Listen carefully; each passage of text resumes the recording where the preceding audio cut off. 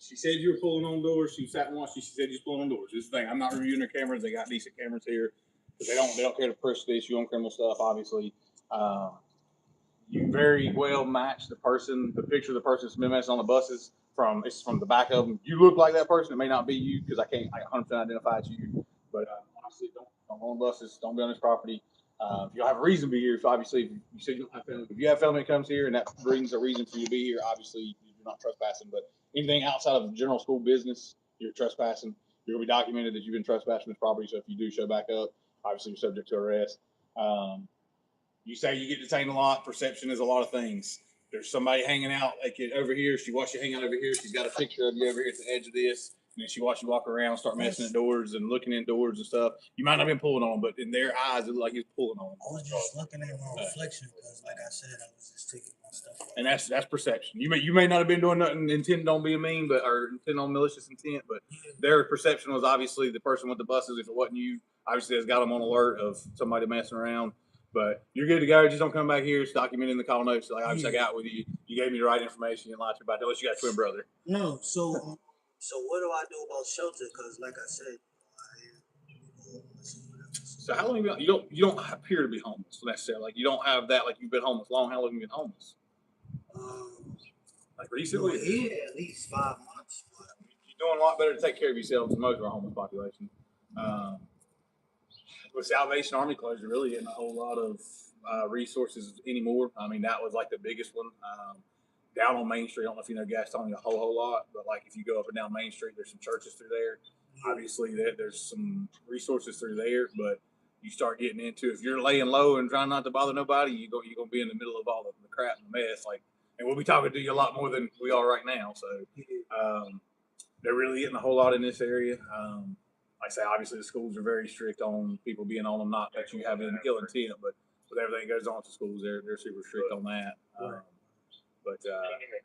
like I say, honestly, when you start questioning your rights, I get it. I'm 100% advocate of rights. I'm 100% on that. There should be rules involved, and you don't always have to necessarily. You don't even have to talk to me right now. But you do have to identify yourself and hit those steps when you meet that crime element. But when you bring that up, obviously that comes off as standoffish. You got a warrant or you're really getting ready to break in, and you're trying to distance it from it. That's just how that appears. That's why I brought that up first.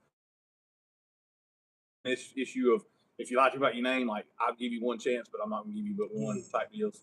No, it wasn't. I wasn't trying to hide nothing, but it's just when it's a repetitive thing, and it just be feeling like okay, well. They could just say anything. They got a call, they got this, or they got that. But it's like, where's the proof? You know what I mean? That I have to now give you the proper identification if I don't even have no business being stopped. Anyway, I'm just passing through. And in our aspects, the caller couldn't be a whole lot. Like if I'd have pulled up and you took off running, if it had been an honest caller, I'm not chasing because I don't have anybody to call. This person is a administrator for the school that called you.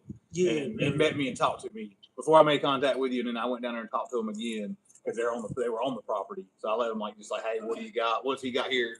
What do you got? Is there something criminal we need to address? You just want to trespass, all that stuff. So that goes into a lot of it too. If you're just walking down the road, this is one of our corporals. He disregards calls all the time. The other day, homeless guy was carrying an axe down into a path. And somebody called in on that. We're not going to that. It's a homeless person with an axe. He's going to this camp. We're not going to that. So trust me, we try to weed that stuff out because he's just like me.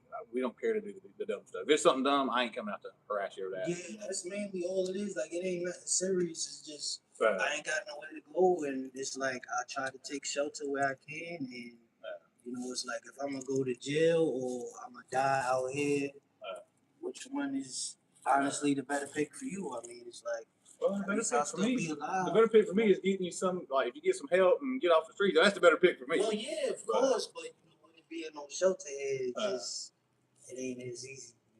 And then, like I said, it used to not be as bad. The Salvation Army, I mean, they done a lot of things I didn't agree with, kicking certain people out, especially during the whole COVID ordeal. But as far as when they were here, they had some beds and people that actually were trying to do better. They had a little bit of assistance that could help them. But now they're gone. It's the churches. Nothing against some of the churches, but some of them are rough.